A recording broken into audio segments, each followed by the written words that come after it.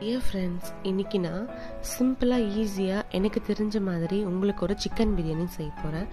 இதுக்கு நான் 1 kg chicken, 1 kg வந்து சீரக சம்பா ரைஸ் எடுத்திருக்கேன். ஃபஸ்ட்டு ஒரு பெரிய பாத்திரம் எடுத்துட்டு அதில் நான் தேவையான அளவுக்கு எண்ணெய் ஊற்றுறேன். அதுக்கப்புறம் நம்மக்கிட்ட இருக்கிற மசாலாங்க, பே லீவ்ஸ், பட்டை, லவங்கம், ஏலக்காய், இந்த மாதிரி என்ன இருக்கோ அது எல்லாத்தையும் போட்டுக்கலாம்.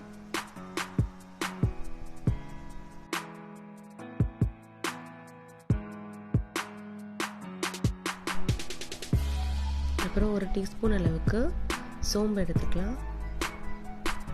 அப்புறமா நான் இன்னைக்கு ஒரு 1/2 kg வெங்காயத்தை இந்த மாதிரி கட் பண்ணி வச்சுருக்கேன்.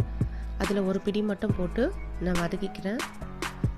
பிகாஸ் ஃபஸ்ட்டு நான் இஞ்சி பூண்டு பேஸ்ட் வதக்க போகிறேன். அது தீயாமல் இருக்கிறதுக்காக நான் இது போட்டுக்கிறேன். நான் இன்றைக்கி ஒரு 50 to 75 grams அளவுக்கு இஞ்சி பூண்டு பேஸ்ட்டை ஆட் பண்ணியிருக்கேன். இது நல்லா எண்ணெயில் வதங்கட்டும். அதுக்கப்புறமா ஒரு 2 பச்சை மிளகாய், 2 டேபிள் ஸ்பூன் அளவுக்கு வெறும் மிளகாய்த்தூள் ஆட் பண்ணுறேன். மிளகாய்த்தூள் தேவைன்னா நம்ம கடைசியாக ஆட் பண்ணிக்கலாம். இப்போ மீதி வெங்காயத்தையும் அதில் போட்டு நல்லா வதக்கிக்கலாம். இப்போ கொஞ்சம் கொத்தமல்லி, புதினாவை நான் ஆட் பண்ணிடுறேன். அப்புறமா கல்லுப்பு.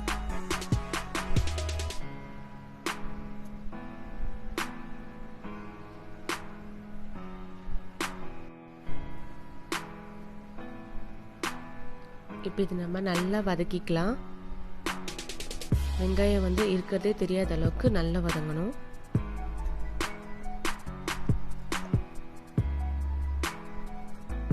வெங்காயம் வதங்கந்தோம் ஒரு 1/2 கிலோ அளவுக்கு தக்காளியை நான் அதில் போட்டுறேன். கொஞ்சம் சின்ன சின்னதாக கட் பண்ணியிருக்கேன். இதையும் நம்ம நல்லா எண்ணெயில் வதக்கிக்கலாம்.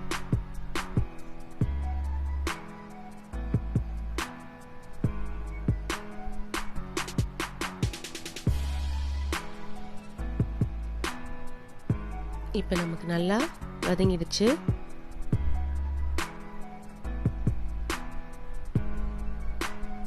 இப்போ நான் ஒரு 2 to 3 டேபிள் ஸ்பூன் அளவுக்கு தயிர் அதில் ஆட் பண்ணிக்கிறேன்.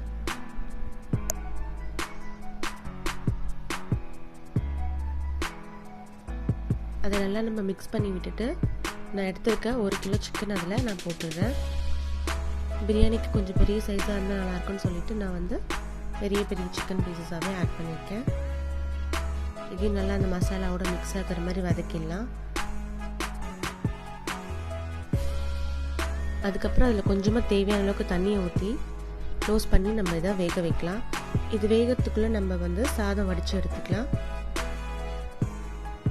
நான் அதுக்கு தனியாக வந்து தண்ணி வச்சிட்ருக்கேன்.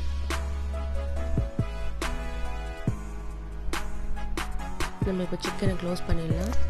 இப்போ கொதிச்ச தண்ணியில் நான் வந்து வாஷ் பண்ணி எடுத்துருக்கேன் சீரக சம்பா ரைஸ் அதில் நான் போட்டுடுறேன். இதையும் நம்ம க்ளோஸ் பண்ணி வேக வைக்கலாம். இது ஒரு நமக்கு 70% அளவுக்கு வெந்தால் போதும். இதை வடிச்சிட்டு இதோட தண்ணியை தனியாக எடுத்து வச்சுக்கலாம்.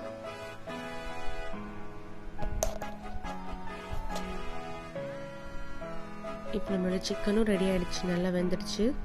இப்போ இதில் நம்ம வடித்து வச்சுருக்க சாதத்தை அதில் போட்டுடலாம். இது போட்டு ஒரு 5 minutes வந்து ஃப்ளேமில் இருக்கட்டும். அதுக்கப்புறமா ஃப்ளேம் ஆஃப் பண்ணிவிட்டு நம்ம சூடான தோசை தவாவை இந்த பாத்திரத்துக்கு கீழே வச்சுட்டு அதுக்கு மேலே இந்த சூடான தண்ணியை வச்சு க்ளோஸ் பண்ணிடுறோம். இந்த மாதிரி ஒரு 20 to 25 minutes இது இருக்கட்டும். அதுக்கப்புறமா இதை நம்ம எடுத்துட்டு இதை ஓப்பன் பண்ணி பார்க்கலாம். நல்லா நம்ம சாதம் நல்லா சூப்பராக வெந்துட்டுருக்கோம், குழஞ்சிருக்காது. இதை நம்ம உடையாமல் மெதுவாக மிக்ஸ் பண்ணி விட்டுக்கலாம்.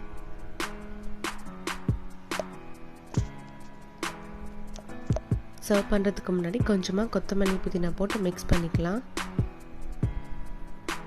ரொம்ப சீக்கிரமாக ரொம்ப ஈஸியாக வந்து நம்மளுடைய பிரியாணி வீட்டில் ரெடி ஆகிடுச்சு.